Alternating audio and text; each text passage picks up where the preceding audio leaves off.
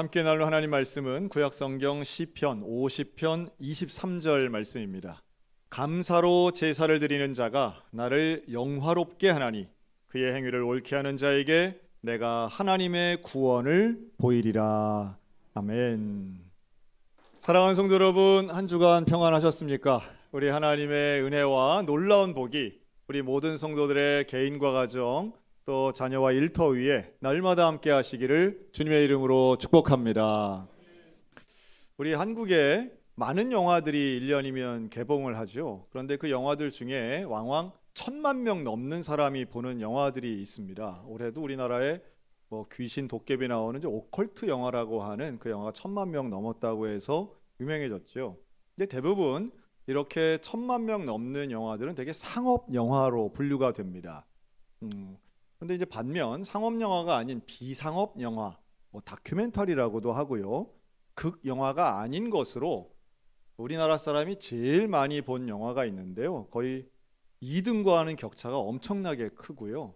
480만 명, 거의 500만 명이 본 다큐멘터리 영화가 있습니다. 이게 10년 전인 2014년에 개봉되었던 니마 그 강을 건너지 마오라는 영화입니다. 당시로서도 상당히 이례적이었어요. 이 다큐멘터리 영화가 100만 명 넘기도 참 힘든데요. 거의 500명 가까운 사람들이 봤다는 건 그만큼 많은 공감대가 있었다라고 보여집니다. 뚜렷한 줄거리도 없습니다. 강원도 산골, 정확하게는 횡성에 사시는 두 어르신의 부부 이야기예요. 이 남편 되시는 어르신은 98세 조병만 어르신이었고요. 부인 되시는 89세 강계열 여사, 이 두 분이 그냥 2시간 가까이 사시는 모습을 그냥 비친 건데요. 찍은 건데 하루 종일 대화를 많이 하시더라고요. 이분들이 참 재밌는 건 그렇게 말씀을 많이 하세요. 그리고 이제 옷을 입었는데 한복을 두 분이 맞춰 입고 1년 내내 사시더라고요. 물론 예쁘고 그 모습도 참 귀하다. 신랑이 22살, 신부가 13살 때 결혼해서 76년을 함께 사셨답니다. 네. 거의 모습, 얼굴들 표정 보시니까 거의 그건 축복 아니라 징계 같은데 이런 얼굴들 표정이세요. 근데 이 부부가 왜 그렇게 많은 사람이 이 두 부부의 대화만 가득한 이 영화에 환호했었나 하는 것을 아마 보신 분들 많으실 거예요. 이 두 분이 90 넘고 80 넘었는데 무슨 직장이 있는 것도 아니고 하루의 일상이 무슨 다양한 모습이 있는 것도 아니에요. 두 분이 정말 70년 넘게 살면서 서로 했던 대화들 내용인데요. 대화가 되게 이래요. 오늘 맛있는 아침 식사 해주셔서 고마워요. 그러면 부인이 여기에 화답을 합니다. 이 밥을 맛있게 먹어주셔서 참 감사해요. 또 반찬을 이렇게 올려줘요. 이렇게 맛있는 반찬에서 참 고마워요. 두 분이 식사를 다 한 다음에는 밥상 내주셔서 참 고마워요. 설거지해서 참 감사해요. 함께 밥을 먹어줘서 참 고마워요. 여러분, 그 대사가 얼마나 자연스럽게 들리는지 아마도 이 정도 말만 들어도 가슴이 울컥하신 분들 계실 거예요. 별거 아니죠. 그런데 가정에서, 그것도 평생을 함께 살아온 배우자에게서 고맙다는 말을 하루에 수백 번 듣는 것은 얼마나 아름답고 행복한 일이냐라는 말씀이에요. 마당에 피어있는 그 횡성 산골이니까 꽃이 많아요. 들꽃을 꺾어서 아내의 머리에다 꽂아줍니다. 그러면서 예쁘다면서 98세 남편이 박수를 쳐요. 그럼 89세 아내가 부끄러워하면서도 너무너무 좋아해요. 이렇게 행복하게 살 수 있다라고 하는 걸 그 다큐멘터리는 우리에게 증명해 줍니다. 어떻게 배우자 한 명하고 수십 년 삽니까? 인생이 그렇게 인간이 어떻게 지루하게 같은 사람하고만 삽니까? 라고 말하지만, 그러나 진짜 행복은, 정말 우리의 본질적인 기쁨은 사실은 여러 사람을 통해서 이루어지는 게 아니라 한 사람과의 깊이 있는 관계에서 이루어진다는 걸 여실히 보여준 드라마였습니다. 저는 이렇게 좀 말씀드리고 싶습니다. 여러분, 우리가 감사한다는 거는요, 사실은 감사를 찾아내고 깨닫는 감사가 얼마나 중요한가라는 거예요. 어떤 분들은 그런 분들이 계시더라고요. 처음 보는 사람한테는 너무너무 친절하고 감사하다, 고맙다는 말을 잘 하시는데 매일 보는 사람, 함께 사는 사람에겐 절대로 그 말을 안 하시는 분들이 계십니다. 너무 이상하지 않습니까? 밖에서는 그렇게도 친절한 사람이, 직장에서는, 일터에서는 그렇게도 고맙다는 말을 잘하는 사람이 정작 가장 고마워해야 할 대상, 가장 감사하다는 말을 해야 할 대상에게는 한마디도, 아니 하면 안 되는 것처럼 여겨지는 분위기라면 여러분, 어떻게 그 가정이 행복해질 수 있겠습니까? 여러분, 가장 가까이에 있는 사람에게 먼저 감사합니다, 고맙습니다를 말할 수 있는 저와 여러분들 되시기를 주의 이름으로 권면합니다. 자, 우리 옆 사람에게 제 옆에 앉아주셔서 감사합니다.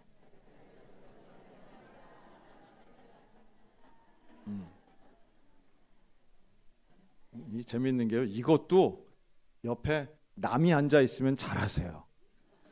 신기하죠? 이것조차도 가족이 있으면은 이게 또 아주 이상한 기류가 있는 것 같아요. 그렇지 않아요. 여러분, 용기를 내서 한번 해보시기 바라요. 깨닫는 감사가 뭐가 있을까요? 사실은 성경은 우리에게 범사에 감사하라고 말씀합니다. 항상 기뻐하고 범사에 감사하라. 그런데 이 범사 감사는요, 사실은 깨닫는 감사라고 저는 생각해요. 감사할 것보다는 오히려 남과 비교해서 나에겐 좀 더 부족해, 나는 더 불행해, 난 더 이상해, 어떤 자신의 삶에 대해서 비하하는 태도와 시각을 갖고 있는 분들이 계시는데요. 그러나 우리는 사실 내가 지금 누리고 있고 가지고 있는 것에 대해 감사할 수 있는 시각의 변화는 그 어느 때보다도 필요하다는 생각이 들어요. 그 유명한 소설가 있죠, 김홍신이라는 분 계십니다. 이분이 쓰기는 옛날에 썼는데 최근에 그 릴스나 쇼츠를 통해서 이분이 낭독하는 게 좀 유행이 됐더라고요. 그 내용이 이래요. 굶어보면 안다, 밥이 하늘인 걸. 일이 없어 놀아보면 안다, 일터가 천국인 걸. 아파보면 안다, 건강이 큰 재산인 걸.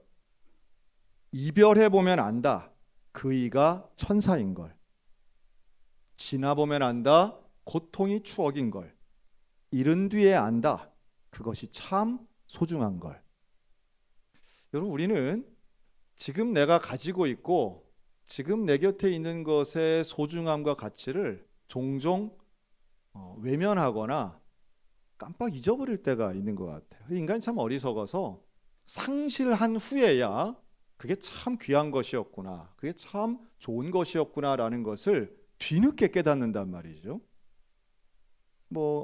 어린 자녀를 키울 때 좀 비슷한 것 같은데요. 자녀를 키울 때 2명, 3명 키우면서 양육이, 보육이 너무 힘든 거죠. 그래서 애들이 좀 빨리 컸으면 이런 생각 가질 때가 있는데 실제로 경험해보면 애들이 빨리 크지요. 아이들이 다 커서 장성하여 떠나면은 우리 뭐라 그래요? 그때가 정말 좋았는데 이러잖아요. 여러분, 그때만 좋은 게 아니라 사실은 지금도 좋은 것입니다. 10년 후, 20년 후에 오늘을 되짚어 본다면 2024년, 야, 그때 내가 정말 젊었네, 야, 이때 참 건강했네, 이때 정말 참 좋은 시절 살았던 것이네 라고 하는 것을 여러분 10년, 20년 후에 후회하겠습니까? 아니면 지금 그 감사함을 누리시겠습니까? 지금 감사한 게 얼마나 많은지 몰라요. 아직 오지 않은 미래나 아직 주어지지 않은 소유 때문에 남과 비교하여 절망하거나 불평하는 것은 참 어리석은 일입니다. 이미 얻은 것 가지고도 감사하는 사람이 다음 발자국을 떼어낼 때 아직 오지 않은 것도 취할 가능성이 더 많기 때문이죠. 그래서 우리는 깨닫는 감사가 참 필요합니다. 이 깨달음의 감사라고 하는 것은 내가 지금 이미 감사할 것이 많은 사람임을 깨달아서 범사가 감사해질 수 있습니다. 그리고 범사가 감사한 사람은요, 모든 것을 당연하게 여기지 않습니다. 당연하게 여기지 않고 과분하게만 여겨도 우리는 거의 대부분의 것들이 감사의 제목이 됩니다. 그리고 이렇게 감사하는 사람이 하나님과의 관계에서 이 감사가 실천되면요, 놀랍게도 깨달음을 넘어서 누리는 감사를 경험하게 됩니다. 감사를 누리는 거예요. 감사 속에 아예 들어가 있는 겁니다. 그것을 오늘 본문은 감사로 제사를 드리는 자라고 표현하죠. 감사로 제사를 드린답니다. 하나님 앞에 예배를 드리는 게 감사로 드리는 거예요. 그러면 하나님을 영화롭게 하는 사람이 된대요. 하나님을 영화롭게 하는 것은 쉬운 말로 하면 하나님을 기쁘시게 하는 겁니다. 참 놀라운 표현이라고 저는 생각해요. 하나님이 뭘 가지고 기쁘신가 하면 우리가 하나님 앞에 감사를 누리며 감사로 예배를 드리고 하나님 앞에 감사할 때 하나님은 가장 기뻐하시는 줄로 믿습니다. 그러니 이 감사를 가지고 살아야 되는 거예요. 그러니까 살면서 감사하는 게 아니라 감사를 통해서 사는 겁니다. 우리가 웬만한 고난과 어려움들 많죠. 그런데 그걸 감사로 해석하기 시작하면 기적이 일어납니다. 저는 감사의 능력을 믿어요. 누구든 입술로 감사를 고백하고 그 감사를 통해서 인생을 걸어가기 시작하면 너무도 놀라운 변화와 치유 그리고 삶의 역사가 일어나는 것들을 보게 됩니다. 그래서 제가 올해 2024년 5월 달이 이제 며칠만 있으면 시작되는데 작년부터 사실은 올 5월을 준비했어요. 오래전부터 70주년 중에서도 3월 달, 1월 달, 5월 달, 7월 달 이렇게 뭘 해야 될까 생각하면서 이 5월에는 감사로 좀 채워지는 한 달이 되었으면 좋겠다. 그래서 하나님 앞에 하나님 우리 교인들이 감사를 훈련하고 감사를 누리며 살기를 원하는데 어떻게 하면 될까요? 하고 기도하는 중에 제가 하나님으로부터 응답을 하나 받았습니다. 그게 바로 소감문입니다. 소감문은 소양교회 감사 문장을 줄인 거예요. 시중에는 많은 감사 노트들이 있습니다. 시중에 많은 제품들이 있어요. 그런데 이거는 감사 노트가 아닌 소감문이에요. 제목도 하나님이 주셨다. 저는 그렇게 믿습니다. 이걸 하나 만들었어요. 이거 만드는데 우리 김태한 목사님이 요즘 말로 영혼을 갈아 넣습니다. 제가 그냥 새벽 예배만 끝나면 이것도 넣자 저것도 넣자 해가지고 만들었는데, 여러분 감사를 우리 소감문을 만드는데 원칙을 방법을 하나님이 좀 주셨어요. 제가 이제 그게 바로 한번 따라할까요? 쓰고 나감. 네, 감사를 어떻게 훈련할까 할 때 쓰고 나감인데 한 번 더 따라해 주세요. 쓰는 감사, 고백하는 감사, 나누는 감사. 네, 이래서 쓰고 나감이에요. 소감문, 쓰고 나감. 문장 같기도 하고 어쨌든 좀 쉽게 외워지죠. 그래서 이걸 어떻게 하면 우리가 좀 하나님 말씀에 근거해서 우리가 감사를 실천할 수 있을까라고 하는데, 쓰는 것은 첫째는 하나님 말씀을 쓰는 겁니다. 손으로 쓰는 거예요. 저는 이 성경 말씀 필사하는 거죠. 이렇게 손으로 쓰는 행위, 저는 이 행위를 상당히 좋아하면서도 제가 좀 신뢰하는 면이 있어요. 여러분 말씀을 쓰거나 무엇인가를 쓸 때 우리는 집중하게 됩니다. 그리고 그 말씀을 4번 듣는 효과가 있어요. 눈으로 한번 읽어야죠. 감사로 제사를 드리는 자가 하면 눈으로 읽으면서 쓰려면 어떻게 해야 되느냐 하면 입이나 속으로 중얼중얼 해야 됩니다. 그렇게 중얼중얼 할 때에 내 귀로 먼저 듣습니다. 그래 눈으로 읽고 입으로 읽고 귀로 읽고 손으로 읽는 거예요. 하나님 말씀을 4번 읽는 효과가 필사할 때, 실제로 기록 쓸 때의 역사가 일어나는 거죠. 우리나라에서 소설가로 또 수필가로 제일 유명한 여류 작가 중에 박완서라는 분이 계세요. 이 박완서 작가의 대표적 작품으로는 남옥, 또 그 많던 싱하는 누가 다 먹었을까라는 작품이 있는데요. 상당히 유명하긴 하지만 얼굴 보니까 그렇게 많이 읽어보신 것 같진 않아요. 그런데 이 박완서 작가는 1931년생입니다. 이분이 경상 출신이신데 시골에서 사시다가 서울로 어머니가 어릴 때 이사 와가지고요. 이분이 공부도 잘하셨어요. 근데 결혼하고 5남매를 낳게 됩니다. 그러다 그녀의 나이 57세, 57살이 되었을 때인데요. 1988년이에요. 남편이 질병으로 사망하게 됩니다.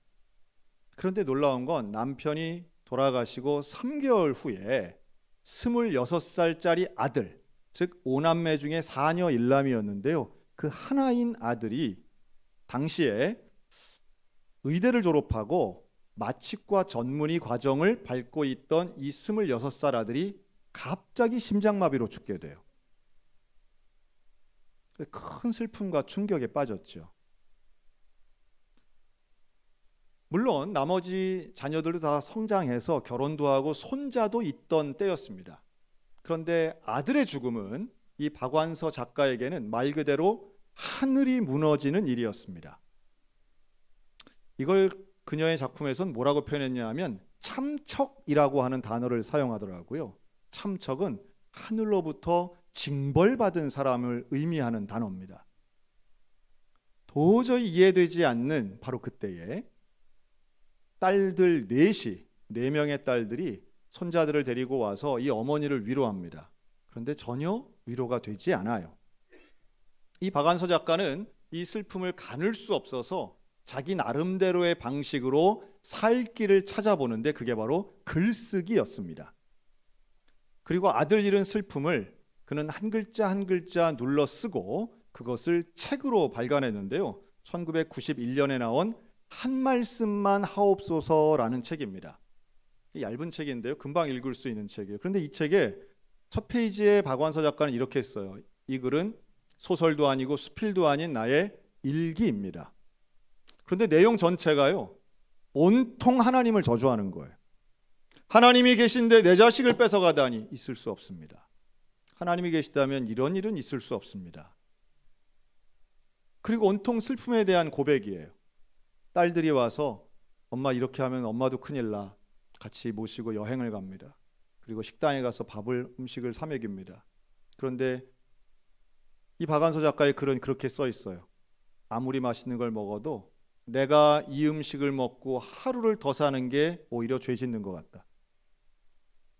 손주들이 앞에서 재롱을 피우는데 내가 그거 보고 웃으면 나는 큰일 날 사람인 것 같다. 슬픔과 우울이 완전히 뒤덮고 있던 시간을 고스란히 작가적 역량을 가지고 글을 씁니다. 그런데요, 놀랍게도 그녀가 그렇게 처음 절반 이상은 원망과 저주 또 미움을 담아서 슬픔을 표현했다면 점점 글이 달라지는 거예요.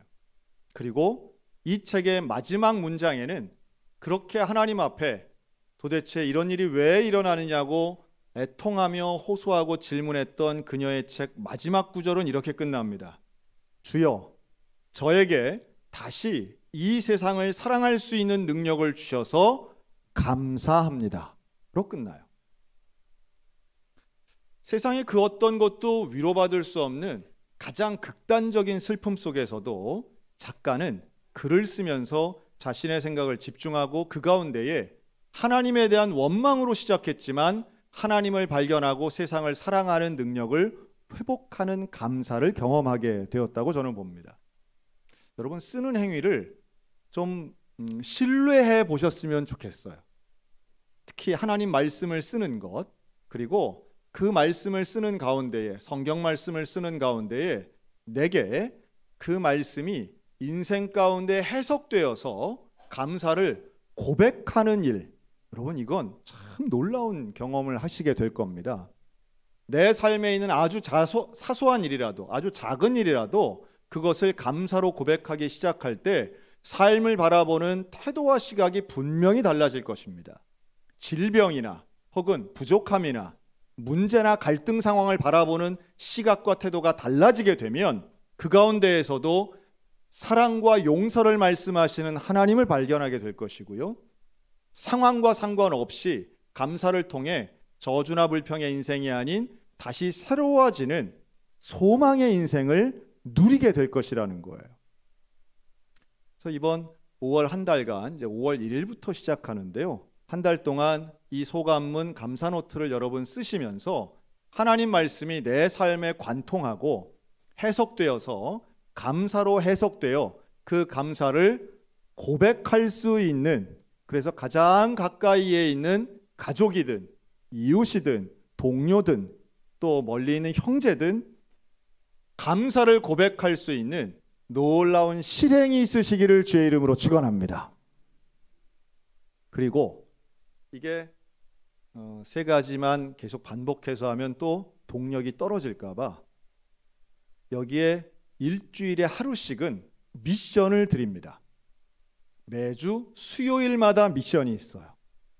그래서 5월 1일이 첫날이면서 수요일이거든요. 그리고 5월 8일이 수요일이고 5월 15일, 22일, 29일이 수요일입니다. 이 수요일마다 하나의 미션이 주어집니다. 거기에는 감사 문장을 글로 쓰고 그걸 사진을 찍는 것도 있고요. 또 가족 사진을 찍는 것도 있습니다. 마지막 29일에는 집에서 아마 사람 가족을 함께 하는 것도 있지만 그거보다도 우리 집 동물 식물 사진 찍기 우동사 미션이 있습니다. 춘천은 우동착, 소양교회는 우동사. 그래서 반려견, 반려묘, 또 집에서 키우시는 식물, 화초, 꽃 사진 등을 우리 밴드에 올리면 우리 집에 있는 생명을 소개하는 거예요. 아마 난 고양이 사진 별로야 이런 분도 물론 계시겠지만 얼마나 SNS에 전 세계적으로는 제일 많은 사진이 사람 사진 다음으로는 강아지 사진이라는 거 아십니까? 이런 거 생각하면 우리가 좀 예쁘게 함께 공유할 수 있는 기회가 됐으면 좋겠다 생각이 들고요. 전체 한 달 중에 가운데 있는 날이 있습니다. 5월 15일. 이날은 국가에서 쉬라고 석가탄신일로 정한 날인데요. 근데 이날 우리는 학교도 학생들이 안 가니까 이 가장 중심에 있는 날 제목을 이렇게 붙였어요. 5월의 한중심 새벽에 감사를 외치다. 그래서 온 교우가 새벽 예배를 다 같이 나오는 새벽 예배 총출동 감사 예배를 드립니다. 잊어먹어도 상관없어요. 노트 보면 다 나옵니다. 그러면 또 여기에 뭐가 있냐면 이번에 제가 별걸 다 만들었어요. 우리 김태환 목사님 이거 만드느라고 힘들었는데 예배에 출석하는 스탬프를 찍는 란이 있습니다. 주일 오전, 주일 오후, 수요 예배, 새벽 예배 출석부를 만들었어요. 그래서 그 예배마다 70주년 로고가 있는 스탬프를 색깔을 다 다르게 만들었습니다. 그러면 파란색도 찍어드리고 빨간색, 오렌지색, 분홍색 이렇게 찍어드려요. 그런데 결석할 때도 있을 거 아니에요. 근데 그것을 1월 15일 새벽에 나오면 프리 스탬프 3개를 무료로 드립니다. 그래서 빈 날을 쾅쾅쾅 찍을 수 있도록 그래서 혹시라도 또 빠진 걸 채워서 또 달려가는 겁니다. 그래서 이걸 다 하면 또 다 채우고 감사 노트를 잘 하신 분은 뭘로 좀 시상을 할까 고민을 하다가 제가 아주 신박한 거 하나 또 찾아냈습니다. 아마 이거는 이제 그 15일쯤 가서 공개할 예정인데요. 네, 보시면 제목은 믿는 구석을 드릴 겁니다. 믿는 구석. 이 정도까지 말씀하면 그냥 우리 목사님은 별거 아닌 것도 이만하게 얘기한다 하고 생각하시고 다 이유가 뭘까요? 이렇게 좀 권면하고 말씀드리는 이유는 단 하나예요. 감사를 훈련하자는 거예요. 감사하며 살자는 거예요. 또 하나님이 원하시는 하나님을 영화롭게 해드리는 그 감사의 일들을 실천하자고 하는 겁니다. 그래서 5월 한 달간 우리가 감사를 실천하고 감사를 기록하고 감사를 고백하면 여러분 우리의 삶 가운데 감동이 있고 우리의 아픔 가운데 치유의 기적이 일어나게 될 줄로 믿습니다. 감사는요 전염성이 있습니다. 감사하는 사람 미워할 수 없어요. 감사하고 고맙다는 사람을 어떻게 미워할 수 있겠습니까? 감사한다고 이야기하면 갈등도 해결될 줄로 믿습니다. 감사한다고 하면 가정 안에 살며시 있었던 살얼음같이 있던 문제들도 분명히 해소될 것입니다. 또 나와의 관계, 하나님과의 관계, 이웃과의 관계에서도 감사를 가지고 해결할 수 있는 건 거의 대부분이라고 저는 믿습니다. 왜요? 하나님이 약속하셨기 때문입니다. 하나님께서 말씀하시는 그 말씀을 붙잡고 감사하기 시작하면 나의 삶에 놀라운 변화가 일어날 것입니다. 그리고 감사로 해석하는 인생은 절망이 아니라 소망으로 나갈 것이며, 감사가 실천되고 고백되는 가정에는 놀라운 행복과 기쁨과 만족이 임할 줄로 믿습니다. 제가 오늘 처음 시작을 니마 그 강을 건너지 마오 영화 소개를 했잖아요. 사실은 인간 사이에 감사하는 건 참 중요합니다. 그러나 인간은 한계가 있는 존재들이죠. 이 두 분 76년을 함께 살며 사랑하고 정말 신뢰하고 감사했지만, 이 영화의 마지막 장면은 결국 남편의 묘 앞에서 울고 있는 89세의 아내의 모습으로 끝나게 됩니다. 물론 사람 서로 감사하는 건 참 중요합니다. 하지만 인간은 유한한 존재입니다. 결국 사람은 혼자가 될 수밖에 없는 것이죠. 5월의 가정의 달, 현재 살고 있는 가족이 있다면 여러분 감사하시기 바랍니다. 그러나 가족이 없이 내가 혼자만 살고 있다고 해서 그것은 나쁜 것이나 저주가 아닌 인간으로서 너무도 당연한 모습이라고 하는 생각을 하셨으면 좋겠습니다. 혼자라도 하나님 앞에 감사의 말씀을 통해 하나님을 경험하게 되면 인간이 줄 수 없는, 유한한 인간이 줄 수 없는 온전하고 진짜 감사와 감격을 하나님을 통해 우리는 발견할 수 있다고 확신합니다. 그 하나님을 발견한 이번 5월, 감사의 근본 되시고 감사의 뿌리와 열매 되시는 그 하나님과 동행하며 우리 쓰고 고백하고 나누는 감사를 통해 하나님 앞에 놀라운 풍성한 삶을 누리는 저와 여러분들 다 되시기를 주님의 이름으로 축원합니다. 아멘. 기도하겠습니다.